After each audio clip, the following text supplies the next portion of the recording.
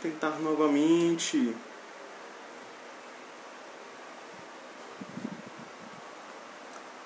É isso, sejam bem-vindos novamente a essa segunda tentativa aqui e acho que agora vai dar certo.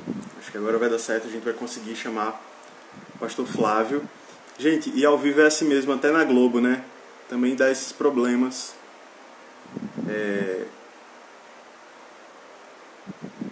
Quando tá ao vivo. Vamos ver. Continue falando aí qual a sua cidade, qual é a sua igreja, e se você é calvinista ou arminiano eu quero saber, porque pra gente ter uma ideia aqui do nosso público, tá? Vamos ver aqui se ele já entrou. Pam, pam, pam.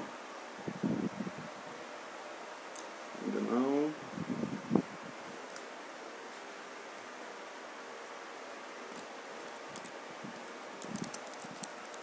O tema de hoje é cabeludo, é polêmico.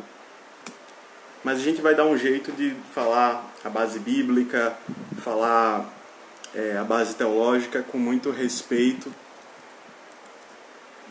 e com muita humildade também, porque esse assunto pede também um carinho, né? Pede também um cuidado. E a gente vai estar tendo esse cuidado também ao falar desse assunto. Esse temor, né? Quando a gente está falando de um tema tão difícil, tão delicado. Então, ele ainda não entrou, eu vou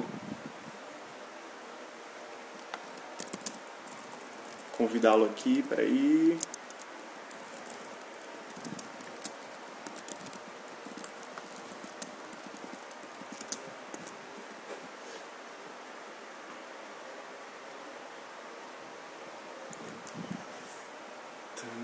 Tan, tan. Vamos orando, que o inimigo tá furioso. Ai, ai, ai. Nessas horas, em igreja pentecostal, começa a cantar um hino, né? Quando dá esses problemas técnicos. Tô convidando ele aqui para entrar novamente.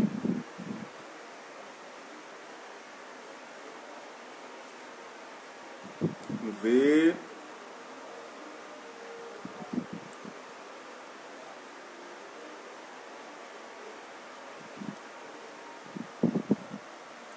Oba, ele enviou a solicitação agora. Yes! Vai dar certo. Vocês começaram a cantar Corinho de Fogo. Começaram a cantar o Corinho de Fogo, gente. E aí deu certo, entendeu? Esse era o segredo. Tá me vendo aí, Lucas? Ainda não, pastor. Rapaz, eu não sei o que é, não. Eu tentei usar o computador e não consegui. Eu tô fechando o computador usando o celular agora, para ver se melhora a situação.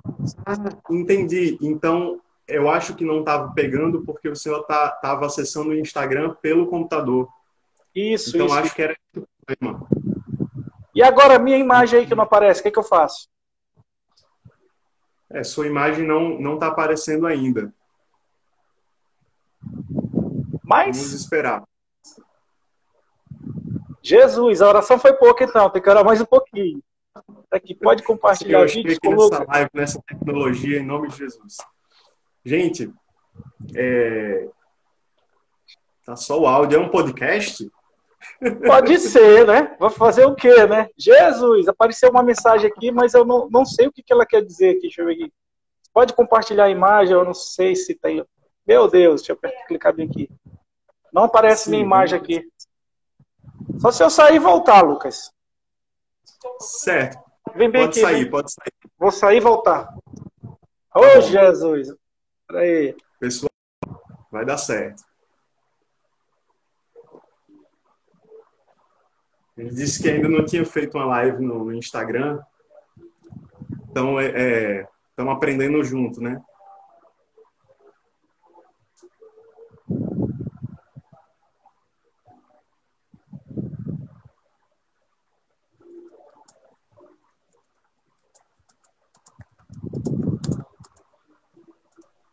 Não aparece, não. Como É a câmera desativada, como? Vou deixar o PC aqui. De alguma forma, você tem que autorizar o uso da sua câmera, né? Fechar no PC, fechar o Instagram no computador, ficar só no celular mesmo, e de algum jeito autorizar o uso da câmera no Instagram. Talvez seja esse o problema. E a igreja vai glorificando, que foi isso que a gente aprendeu. E se não der certo, pessoal, vamos de podcast, né? O que vocês acham? A gente faz um podcast improvisado aqui, porque a gente é humilde, a gente não precisa aparecer, entendeu? A gente faz até aqui, ó, sem ver, porque o que importa é o conteúdo que a gente vai passar para vocês hoje, que está muito especial. E a gente separou também algumas perguntas. E deixa eu dizer logo aqui o que eu prometi que ia dar para quem estiver assistindo ao vivo, porque eu coloquei, chamei ele aqui de novo, gente. Eu coloquei um artigo do pastor Flávio sobre eleição condicional na minha bio. Ah, agora foi. Agora apareceu? Bom. Apareceu.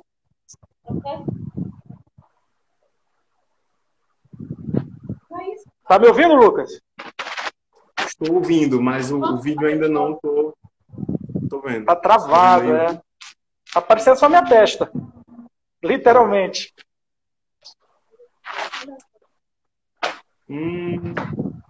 Eu acho melhor a gente, porque tem tempo, né? No Instagram é 1 hora só, não é? Isso. A gente pode continuar sem o vídeo. Se não for nenhum problema pra galera aí, acho que não, né? Vamos improvisar? Tá até privando, assim, tirando de ficar olhando minha imagem aí durante esse tanto tempo.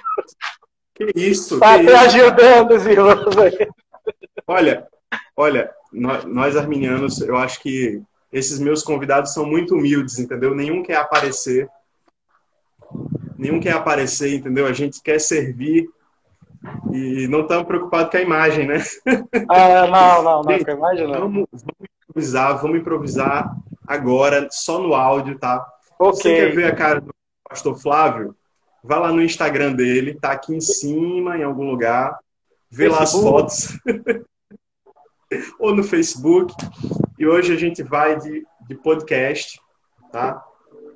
De podcast improvisado.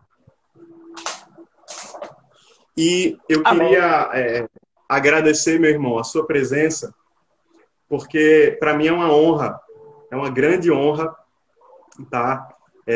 Estar com você aqui, porque eu sei que você é uma grande autoridade no arminianismo, um pastorzão, e é o nosso paizão lá no grupo Arminianismo também, sempre com comentários muito pertinentes.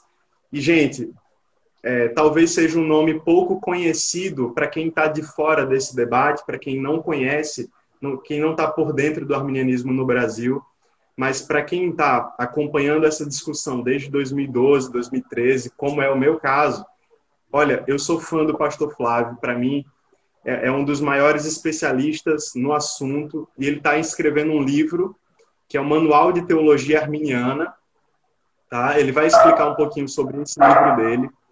E eu deixei, pessoal, um artigo dele na minha bio. Você vai lá clicar na minha bio e vai ter lá um link para você clicar e ter acesso a esse artigo dele somente sobre a eleição, a doutrina da eleição. Você acha que é um artigo de 10 páginas? É um artigo de 40 páginas.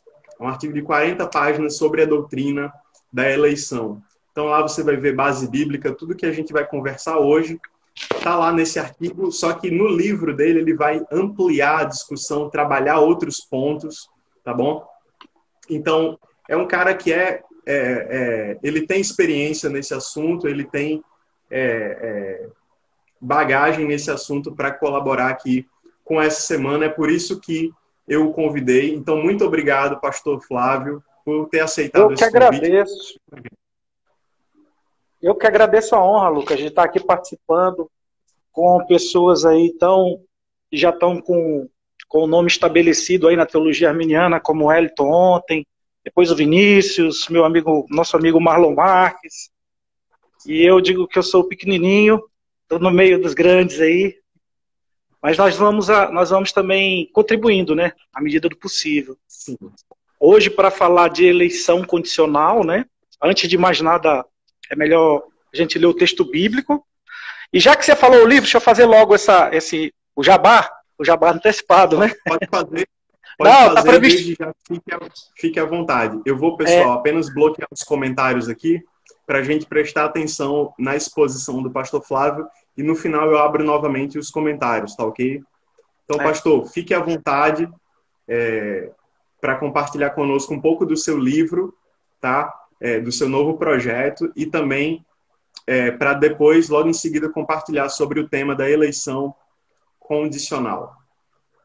Ok. O livro vai ser Manual de Teologia Arminiana e vai ter um diferencial, além de ter tudo que a pessoa precisa saber sobre o arminianismo, claro que no nível não exaustivo, mas no nível razoavelmente profundo.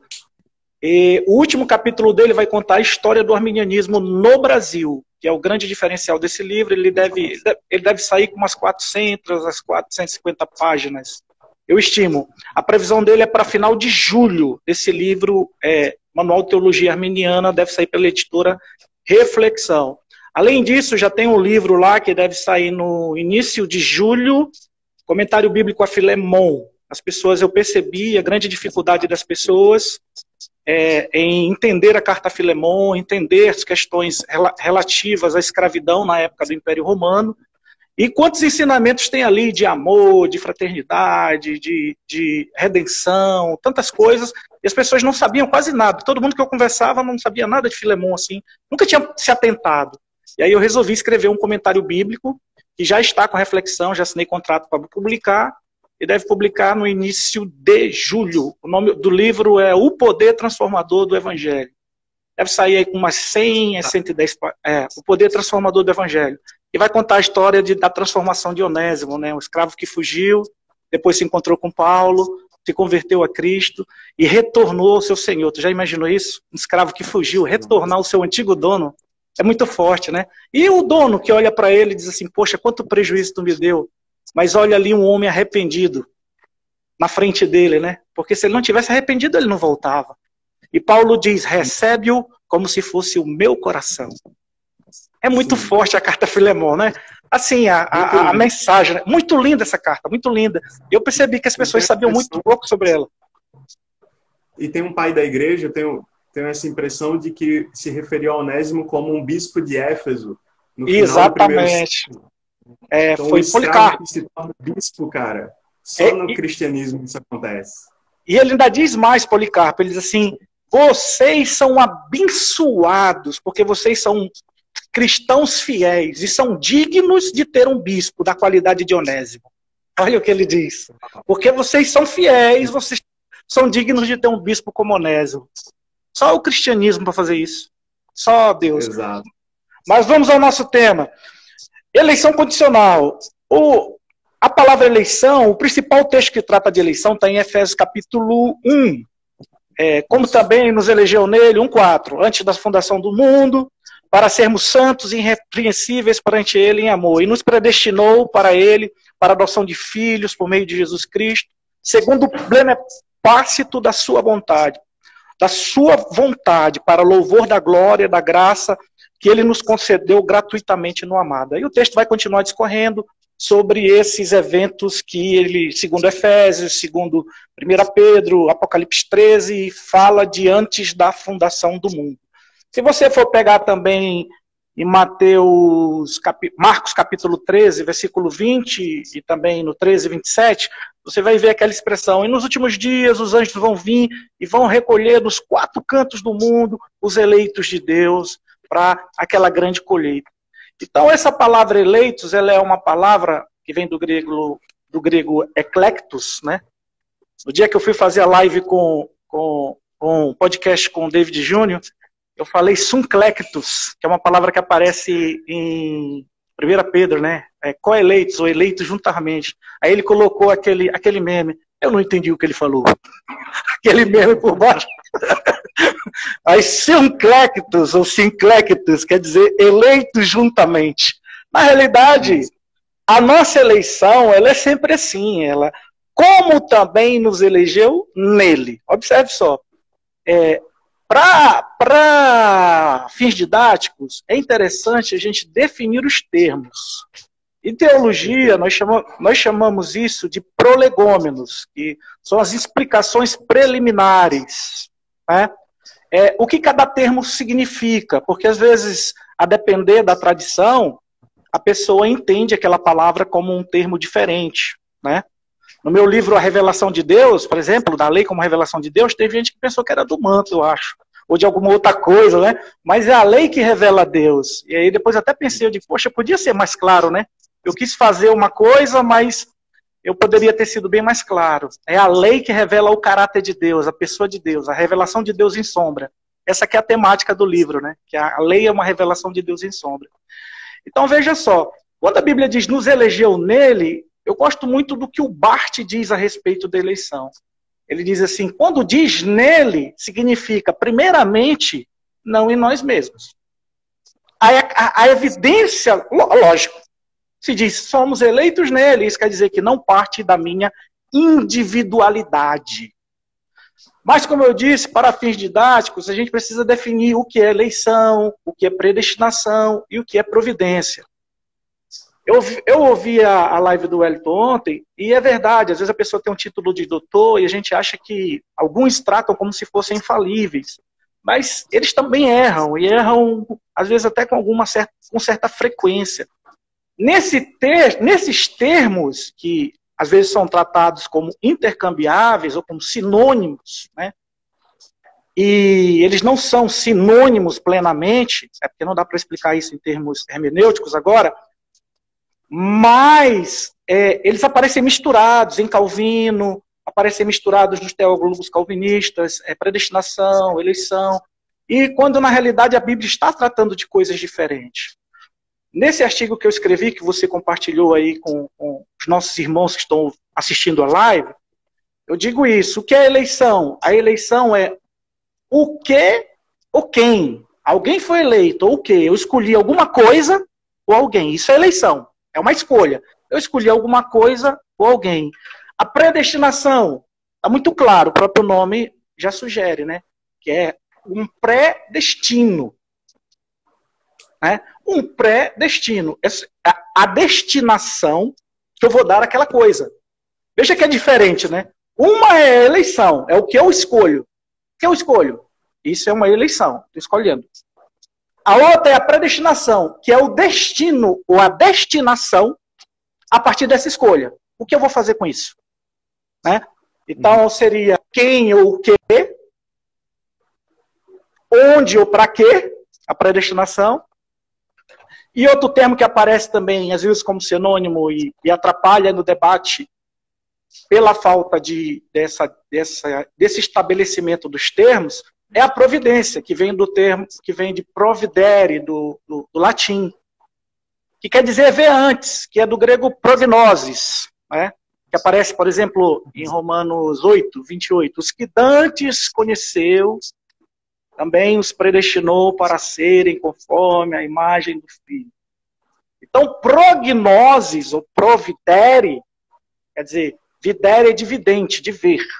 Então, pro é uma visão anterior. Então, providere, providência. Então, Deus vê antes e provê, e também tem sentido aí também de provisão, de agir, de uma ação. Porque a presciência de Deus, ela não é uma presciência cinematográfica, digamos assim. Deus botou um filme ali, botou os atores, soltou e está assistindo o filme rodar. Não, Deus é... Não. Essa providência divina implica também em ações divinas no tempo, para que os fins, ou seja, o destino prévio estabelecido, baseado na eleição, se tiver complicado, tu fala, viu? Seja efetivo. Então nós temos a eleição, isso precisa ficar muito claro na cabeça de quem ouve. A eleição é uma coisa, a predestinação é outra coisa, e a providência, ou a presciência, a prognoses, também está relacionada a outras coisas. Até prognoses e providência pode ser separado ainda, em algum momento, entendeu? Porque sim, a presciência, e aí eu já aproveito para falar sobre um dos textos preferidos calvinistas, por exemplo, que é Romanos 8:28, né? Ele diz que, vamos ler o texto, tu tem um texto aí fácil, Lucas? Tá com uma Bíblia? Tem. Então leia Romanos 8:28 e 29.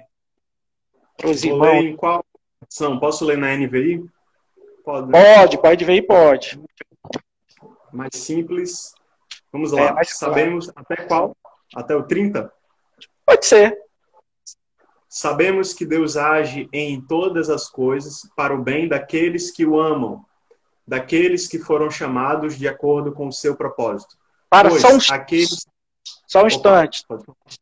Todas as coisas cooperam para o bem daqueles que amam a Deus. Por isso que eu sou sinergista. Bem, a palavra é sonergis, tá? Só para constar. Aí continua. Isso. Continua. Daqueles que, né, ou seja, daqueles que foram chamados de acordo com o seu propósito. Pois aqueles que de antemão conheceu, também os predestinou para serem conformes à imagem de seu Filho, a fim de que ele seja o primogênito entre muitos irmãos. E aos que predestinou, também chamou, aos que chamou, também justificou, aos que justificou, também glorificou. Alguns dos meus amados irmãos arminianos vão dizer que no versículo 29, os calvinistas dão um salto, o duplo twist carpado, que é os que Dante conheceu, né? Eles pulam, vão direto para o predestinou. Mas a gente tem alguns calvinistas, por exemplo, como o Berkhoff, o Hodge e tantos outros, que eles colocam esse conhecer de antemão como algo distintivo, ou seja, uma espécie de distinção entre os eleitos e reprovados. E eu concordo com eles, porque, assim, nesse sentido, quando a Bíblia diz, os que de antemão conheceu, é um artigo definido. Isso. Entendeu? Então ele já está definido um grupo. Só que esse grupo foi conhecido. Conhecido como? Em Cristo. Os calvinistas vão dizer que é uma linguagem amorosa. De fato é uma linguagem amorosa.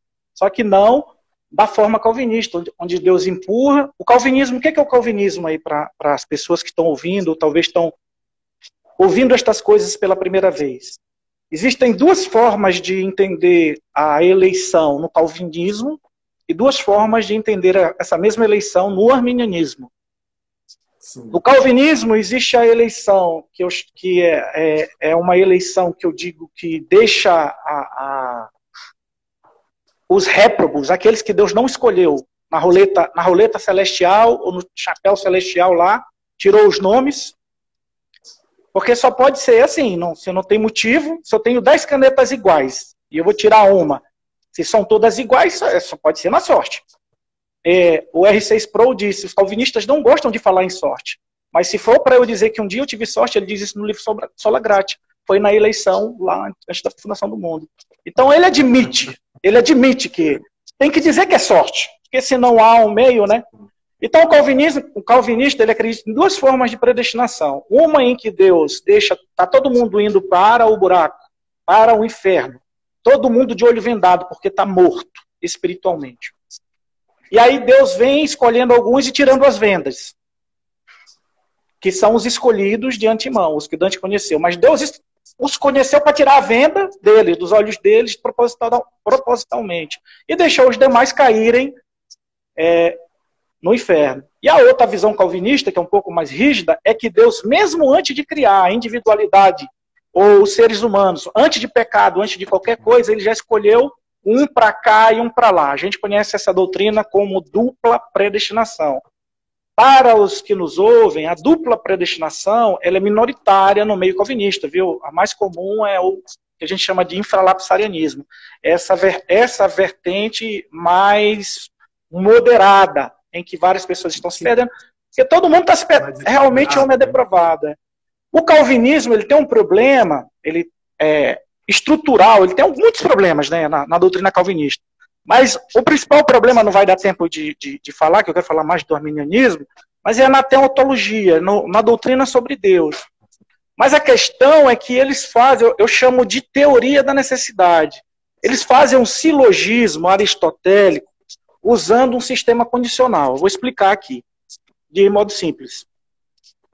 É o se então, é condicional da lógica. Quem está estudando para concurso aí deve estar vendo aí se então, né? Tem a condicional, bicondicional, disjunção, conjunção, né? Essa é a condicional. Se então. Então ele vai assim, se o homem é depravado, então a graça é irresistível. Se a graça é irresistível, então a eleição é condicional. É sempre o se então, entendeu?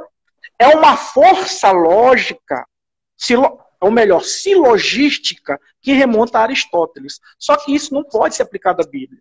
A Bíblia não é um livro de lógica matemática. E quando Deus fala de eventos fora do tempo, Wesley define isso muito bem. Ele diz que para Deus não tem nem antes pré-conhecimento ou pós-conhecimento. Não existe isso para Deus, um pré-conhecimento e um pós-conhecimento. Deus sabe todas as coisas agora. Não existe um conhecimento que ele está a saber amanhã, entendeu? Então, quando Deus coloca essa linguagem de pré-ciência, predestinou, antes da fundação do mundo, ele não está falando numa sequência temporal. E aí é que é o erro do calvinista. Ele está falando de uma perspectiva da atemporal, ou seja, de uma perspectiva fora do tempo e do espaço, de uma perspectiva de cima para baixo.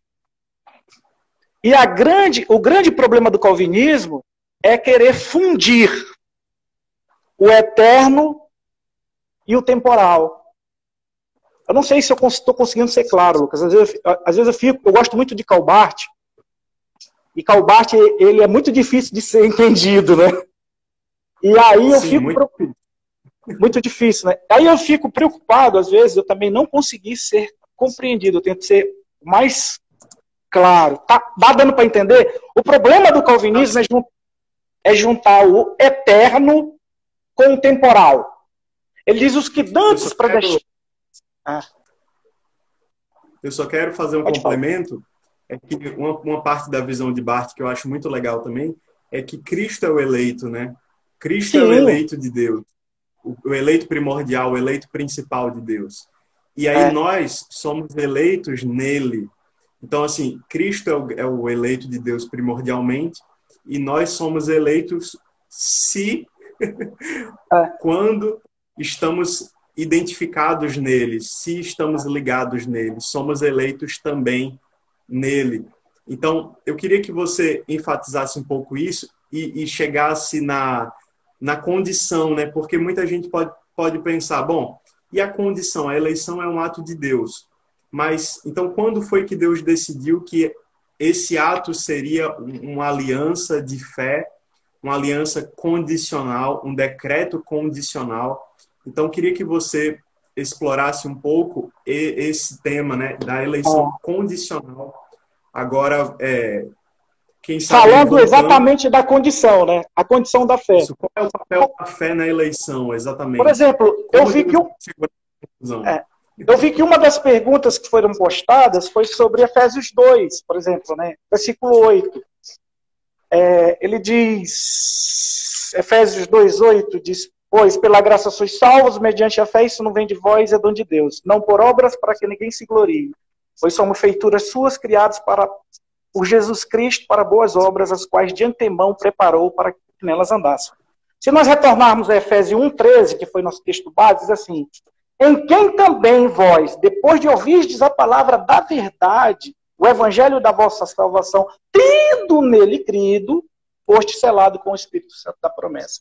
Você vai ver Jesus dizer inúmeras vezes: a tua fé te salvou, vinde a mim todos que têm sede, arrependei-vos e credes, porque é chegado o reino dos céus, arrependei-vos e crede no evangelho, arrependei-vos e sejam batizados, venham pela fé, é pela fé que nós conseguimos, tem Hebreus capítulo 11, pela fé eles alcançaram, pela fé tampar a boca de leões, pela fé. A Bíblia vai dizer que é impossível agradar a Deus sem fé. Então Deus estabelece a fé como condição. Esse texto de Efésios diz assim, pois pela graça sois salvos, mediante a fé. A fé, ela é o fio condutor, ela é o ponto de ligação entre Deus eterno, infinito, e o homem finito, temporal, pecador. Há uma distância infinita entre o homem e Deus, que jamais poderia ser suprida. Jesus, né, pela cruz, ele faz essa ligação mediante a fé. A fé é o canal por onde isso flui. De Deus para nós e de nós para Deus. É isso que o texto está dizendo. Aí o calvinista vai dizer que a fé é um dom de Deus. Não, o dom de Deus é a salvação. Quando eu falo com calvinistas amigos ou arminianos amigos, eu digo, Paulo passou uns 40 anos separando fé e obras, dizendo que fé e obras são coisas diferentes, que ninguém pode ser justificado pelas obras. Gálatas e Romanos é basicamente isso. Gálatas diz, porque pelas obras da lei nenhuma carne será justificada, maldito todo aquele que está debaixo da lei, está debaixo de maldição, aquele que cumpre a lei é maldito, que está na lei é maldito. Paulo passou um tempão explicando que as obras meritórias é diferente da fé, porque o que é a fé? Observe, a fé não é entender as coisas. Eu entendi que isso é verdade. A fé não é assentir ou consentir com algo. Você falou certo. Não, a fé vai... Além disso, a fé é o reconhecimento da minha debilidade. Eu sou depravado, eu sou corrompido. Eu não tenho condições de me salvar. A fé é exatamente a renúncia das obras. Dá para entender? A fé é a antítese das obras. Aí eu digo, Paulo passou 40 anos explicando. Será que numa live de 20 minutos eu consigo explicar que fé é a antítese das obras? Fé é uma coisa e obra é outra coisa. Que o apóstolo Paulo, em Romanos capítulo 3, diz exatamente isso, que o princípio da fé anula qualquer vanglória. Então, exatamente. Não é o princípio da eleição incondicional que vai anular a vanglória humana. Né? E mesma coisa no 4. E mesma coisa no 4.4, diz assim, ora, ao que trabalha, o salário não é considerado como favor, e sim como dívida. Mas ao que não trabalha, porém crê no que justifica o ímpio, a sua fé lhe é creditada como justiça. Não há como o homem escapar da condenação. Os ateus, eles levantam uma questão que eu chamo de o dilema de Al Capone, que eu chamo. Eles dizem assim, ou vem com Jesus, é o dilema de Al Capone. Ou tá comigo, ou tu vai pro inferno. É o dilema de Al Capone. Ou tu tá comigo, ou eu vou te mandar pro inferno agora. Não é mais ou menos assim que os ateus fazem? Mas não existe isso. Tá todo mundo atolado no inferno, na lama. O que Deus está dando é uma chance de sair. Ele não vai jogar no... A pessoa não está num caminho de isenção. Ele já está no inferno. Ele pode sair do inferno. A Bíblia vai apresentar dizendo assim, e vos tirou das trevas para a sua maravilhosa luz.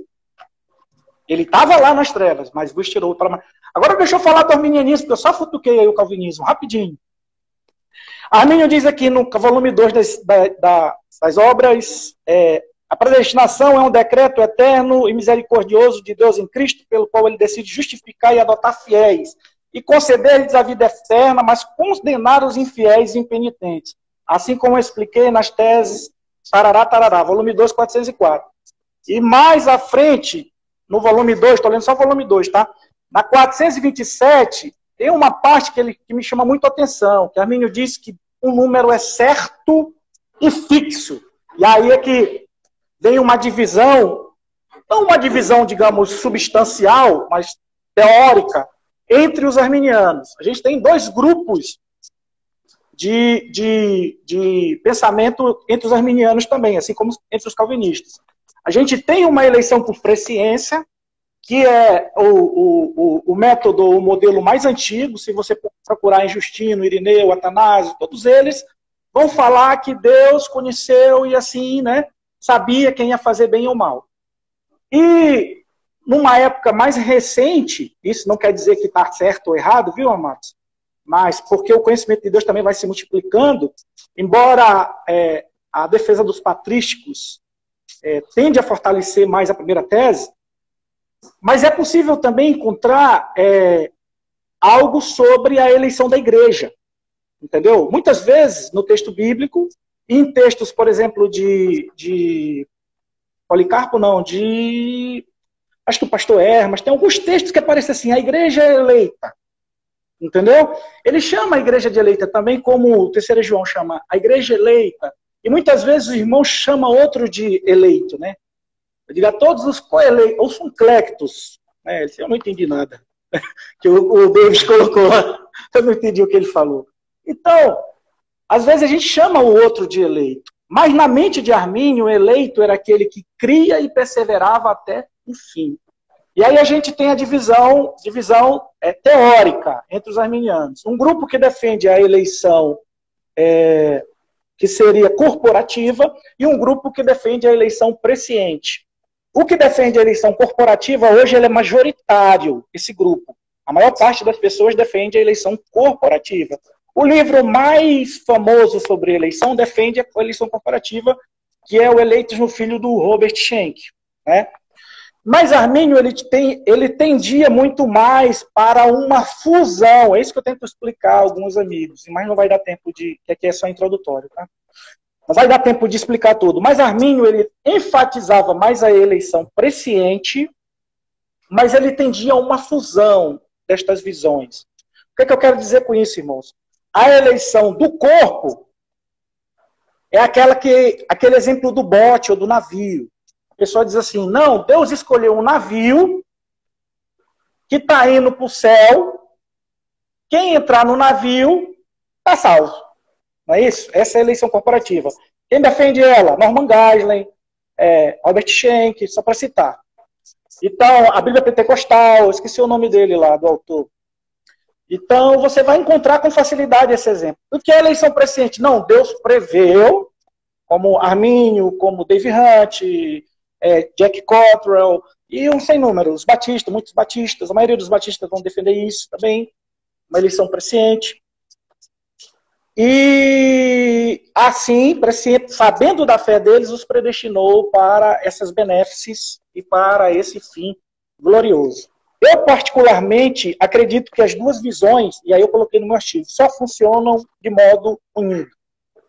Se consideradas isoladamente, elas deixam lacunas. Por quê? Porque nós somos o corpo de Cristo. Quando diz eleitos nele, nós estamos fazendo parte desse corpo. O corpo de Cristo não é um bote, não é uma casa, não é aquela casa de tijolo lá que a gente vai se reunir. Não é. O corpo de Cristo é o corpo místico de Cristo, que não é um bote que alguém vai entrar. Uma vez que eu estou ligado a Cristo, eu sou parte do corpo, eu sou o bote. Por meio de mim, Deus alcança outras pessoas. Eu sou o bote. Dá para entender isso aí, Lucas?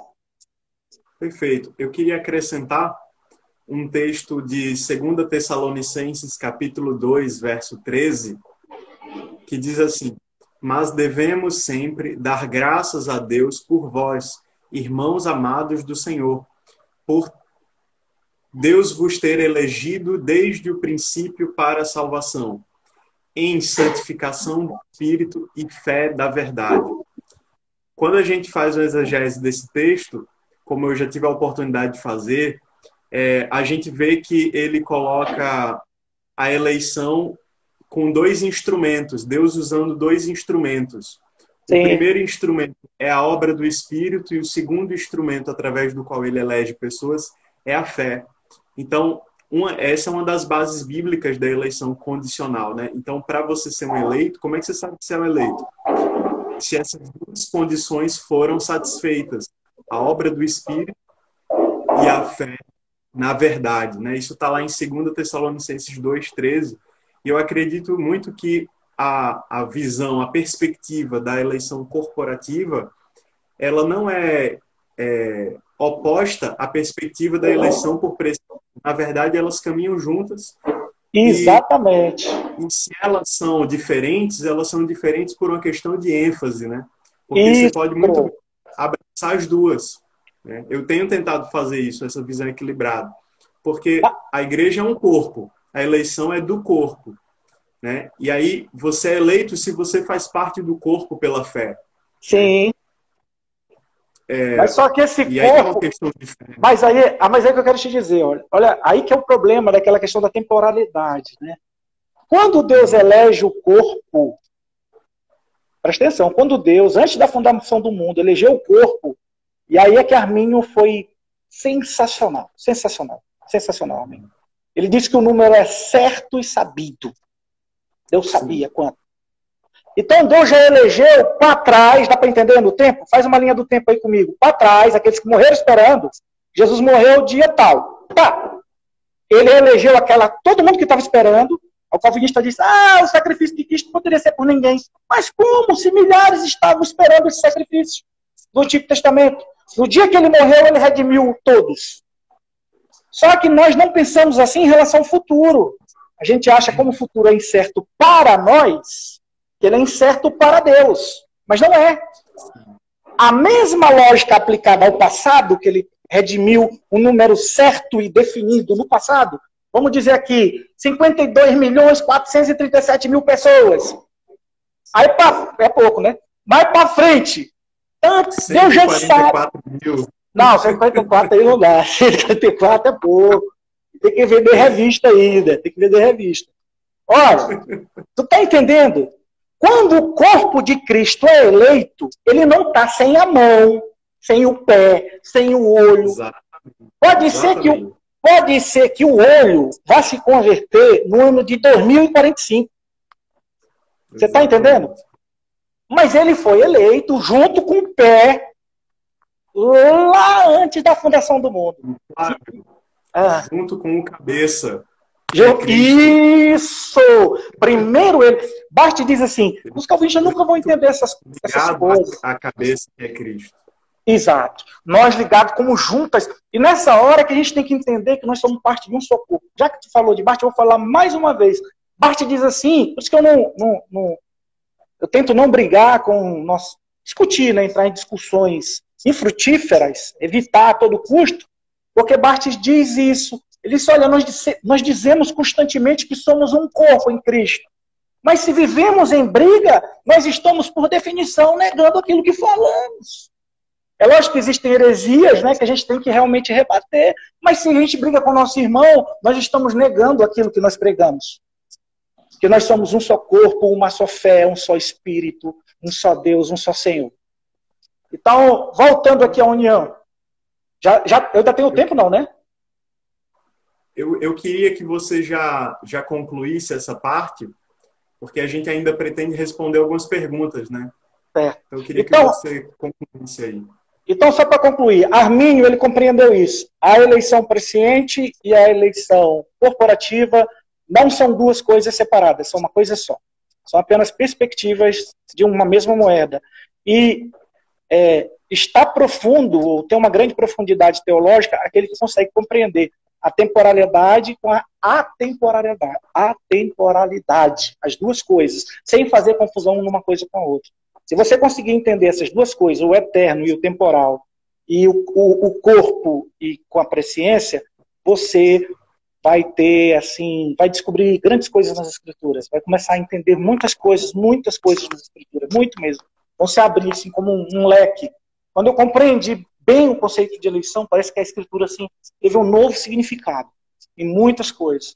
Então, só para concluir, eu quero dizer isso. A eleição, eu vim te perguntar, para que serve saber a eleição? A eleição faz com que eu tenha certeza que não depende de mim. Que eu estou firmado em Cristo. Diz, aquele que crer será salvo. Aquele que confessar com sua boca será salvo. Eu tenho certeza que eleito em Cristo é uma via de mão dupla. Ele bota a mão em cima do meu ombro e eu boto a mão no ombro dele. Assim. Consegue visualizar a mão no meu ombro direito e eu na mão no ombro dele? eu transmito a ele os meus pecados e ele recebe voluntariamente.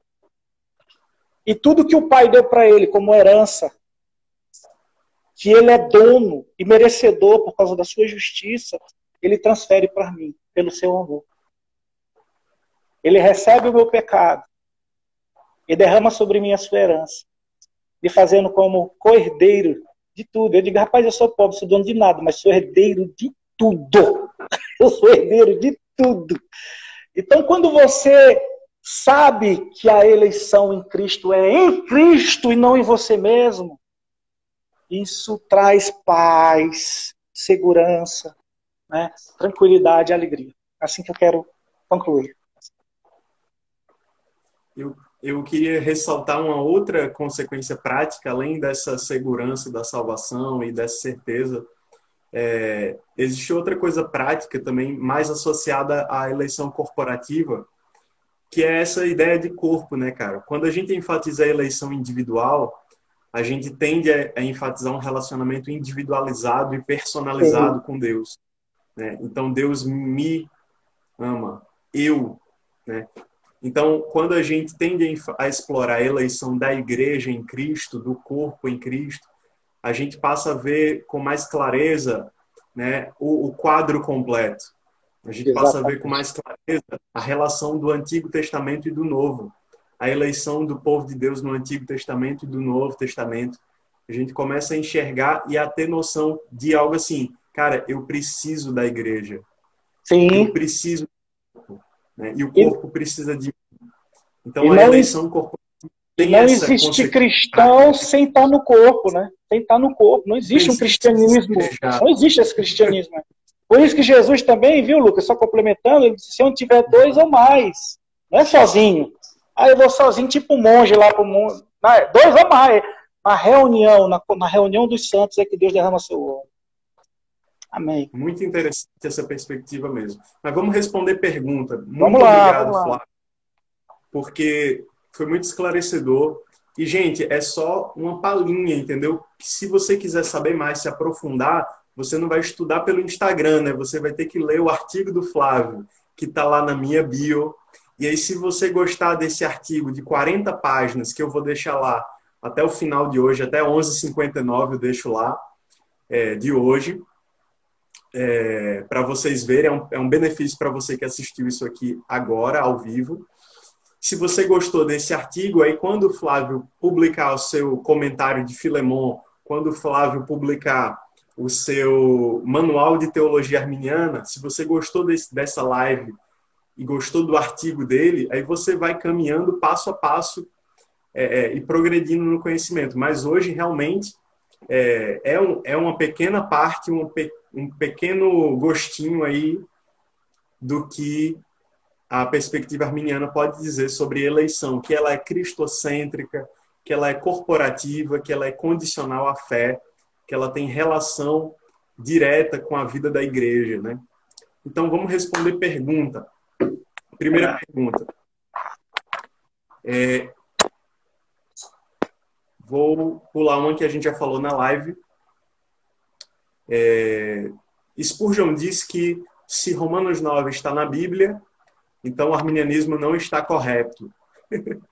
O autor Spurgeon, está equivocado? Como entender rapidamente, em 5 minutos, a eleição ali de Romanos 9?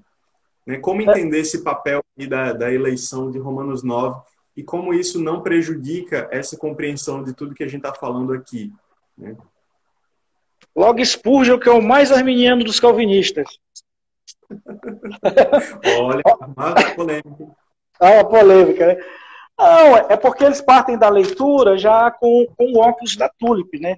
Mas para que você escape disso, basta você pegar os textos de Gênesis, quando diz 2 nações há no teu ventre, o maior servirá ao menor. Aí você pergunta, quando foi que Jacó serviu a Esaú? Nunca. E você entender que o que Paulo está tratando aqui não é da salvação individual.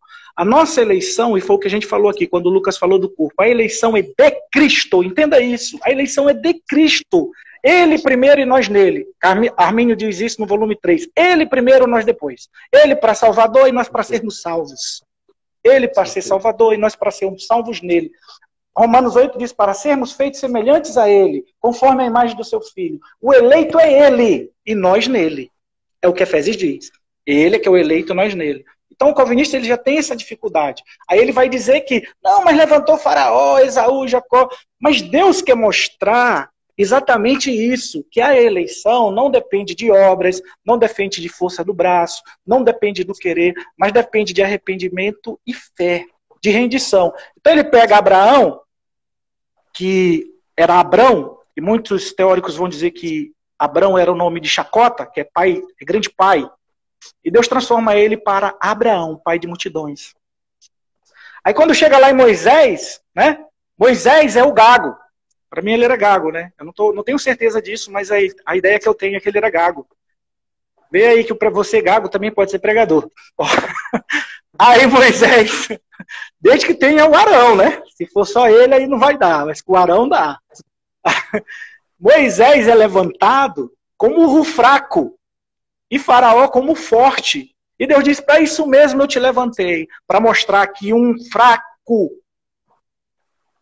que era um assassino,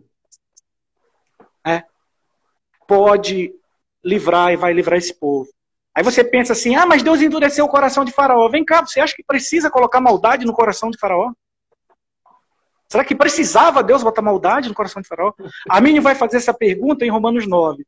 Será que a pergunta certa não é, será que Deus pode endurecer aquele que já é resistente à sua graça? Como condenação? Rapaz, Armínio era sensacional. Ele, será que Deus endurece aquele que já era resistente? Foi exatamente o que Deus fez. Endureceu o Faraó para que ele se tornasse ainda mais resistente. Que nenhum homem aguentaria 10 pragas. A gente está passando uma agora, que não chega nem perto das que aconteceram no Egito. E a gente está sofrendo muito. Imagina 10, ele aguentou 10. Por quê? Porque Deus colocou a mão nele. Porque senão na primeira talvez ele tinha desistido. Mas ele já estava com o coração duro e não ia se dobrar. Entendeu? Sim. Eu não sei se dá para captar. Deus endureceu mais o coração. Não que ele tivesse um bom coração. Ele fortaleceu aquilo que já tinha ali, né? Exato, com um propósito. Com um propósito. Deixa eu acho importante ser dita. São os versículos finais de Romanos 9. Sim. Que a favor de uma eleição pela fé, né? De uma eleição condicional pela fé. Então, o texto bíblico diz assim, que diremos então? Os gentios que não buscavam justiça a obtiveram, uma justiça que vem da fé. Exatamente. Mas Israel, que buscava uma lei que trouxesse justiça, não a alcançou. E por que não? Porque não foi eleito incondicionalmente? Não, o texto não diz isso. Porque não a buscava pela fé, mas como se fosse por obras. Isso está em Romanos capítulo 9, versículos 30, 31 e 32. Perfeito. Então, o judeu pode ser salvo desde que creia e um gentil pode ser salvo desde que creia, né? E ao mesmo tempo eles podem ser ambos condenados desde que não creiam. Então a eleição, segundo o próprio texto de Romanos 9, é condicionada à fé. Não vem da etnia judaica, não vem dos privilégios étnicos da nação judaica, né? Que apesar de ter recebido grandes privilégios, isso não significava nada em termos espirituais. Em termos espirituais, um judeu incrédulo é o faraó. Exatamente, exatamente. Em termos espirituais, o judeu incrédulo é tão ruim quanto o faraó, né? E o gentil crente é o Moisés. Isso. Né? Isso. Então, Paulo está traçando aqui algumas coisas importantes para um público misto, para resolver esse problema dessa igreja aqui, né, meu irmão? Que era uma igreja misturada, cheia de problemas de relacionamento. Então, Romanos 9, 10 e 11 tem muito a ver com isso. Resolver esse problemão que tinha aqui entre judeus e gentios. Um querendo ser melhor do que o outro, ele vai dizer, não, é todo mundo ruim, vai todo mundo perder, igual a Dilma. A guerra vai perder. E a salvação é pela fé para todos vocês. Glória Esse a Deus. é o ponto, na minha opinião. E vamos responder mais pergunta. Diga aí. Se não der tempo, a gente emenda num pedacinho de outra live, porque a gente teve alguns problemas técnicos no começo. Então, acho que todo mundo vai entender que a gente pode fazer isso um pouquinho, mas acho que vai dar tempo sim. Como a eleição é baseada na fé, se até mesmo a fé é um dom de Deus, conforme Efésios 2. E aí, como é que você sai dessa? Ele está falando de Efésios 2:8, né? Que cortou aqui, né? Isso. Efésios 2, versos 8 e 9. Foi o que eu falei ainda há pouco. A fé, a palavra touto, se eu não me engano, do grego lá, que é o isto, ela é neutra, e fé é pistéus, é feminino. Vários comentários bíblicos falam isso. Quando diz isto não vem de vós, o que ele está falando é da salvação, do pacote completo, e não da fé. A fé que é um dom é aquela fé que faz milagres, curas, aquela fé que inabalável, e não a fé da salvação. A fé de salvação é a fé de confiança, de redenção, de arrependimento. Ela está sempre ligada à conscientização da nossa condição. Karl Barth, mais uma vez citando, diz assim que a gente precisa primeiro entender o não de Deus para depois entender o sim. Porque a gente tem que primeiro entender o que Deus não aceita, a nossa depravação, a nossa corrupção, a nossa maldade. Aí sim a gente pode receber o sim. Por isso tem que estar sempre associado ao arrependimento e a salvação. Então, a fé é somente um meio pelo qual a graça que nos dá a salvação flui. E a fé, se você prestar atenção até a conclusão, é o contrastado com as obras. Nós fomos, né, eleitos, salvos para a prática de boas obras. Ou seja, ele está contrastando, mais uma vez, como em vários textos, fé e obra. Um é oposto ao outro. Dizer que a fé é uma obra meritória é bagunçar todo esforço paulino. Paulo se esforçou pra caramba para... mais ou menos isso. A fé não pode ser uma obra. Porque para eu ter fé, presta atenção, para eu ter fé em um Salvador, eu já estou admitindo que eu não posso me salvar. A primeira coisa. Se eu digo que eu vou ser salvo pelos méritos de outro, é porque o que eu faço não é suficiente. Então a fé é a renúncia do mérito. Fé é a renúncia do mérito. Então a pessoa quer dizer que a fé é meritória, aí eu vou fazer o quê? Aí ele bagunçou, embaralhou tudo. Bugou. E um detalhe que você iniciou falando aí é que o pronome demonstrativo touto, né, que é em português, deixa eu lembrar como é que fica, isto, né? Isto não vem de vós. Então, esse isto aí é um pronome demonstrativo. Então isto é meu, isto é seu. Então, ele no grego está no gênero neutro. Então, sim, um pronome, ele deve se referir também a um nome que está no mesmo gênero neutro. Então, o que está anterior a ele aí? Fé, que é o pistéus, é feminino. É feminino. Né? Charity é a graça, feminino. Então, como eu posso colocar um pronome que está no gênero neutro para se referir a um substantivo que está no gênero feminino? Que erro gramatical é esse que Deus deixou passar, né? Então, tipo assim, esta é meu óculos, entendeu? Não existe isso. O masculino. Da mesma maneira, no grego, o neutro deve se referir a não um substantivo no feminino ou no masculino. Então, sim, deve estar sotério, o nome de Deus aqui é o modo como Deus decide salvar, é a salvação em si, né? O modus operandi da salvação. Isso é a expressão que vem antes, né? Então, isso não tem gênero, né? Uma frase, uma expressão, não tem gênero. Então, por isso ele usa isto que eu acabei de falar, né? Exato. Isto é o Deus. A conclusão, né? Deus. Quando a gente lê no português, com o nosso conhecimento gramatical até limitado, até mesmo da nossa própria língua, a gente não pega. Mas aí quando você vai estudando grego 1, grego 2, né? Aí você vai vendo que é muito mais rico. O texto bíblico é muito mais rico. E você percebe que aqui Paulo não está falando que a fé é um dom de Deus, nem que a graça é um dom de Deus, né? Então, o nosso tempo está acabando e a gente vai responder ainda uma última pergunta. Pode ser, a gente sai e volta para responder a próxima pergunta, tá bom? Não tem mais nem uns 2 minutos aí?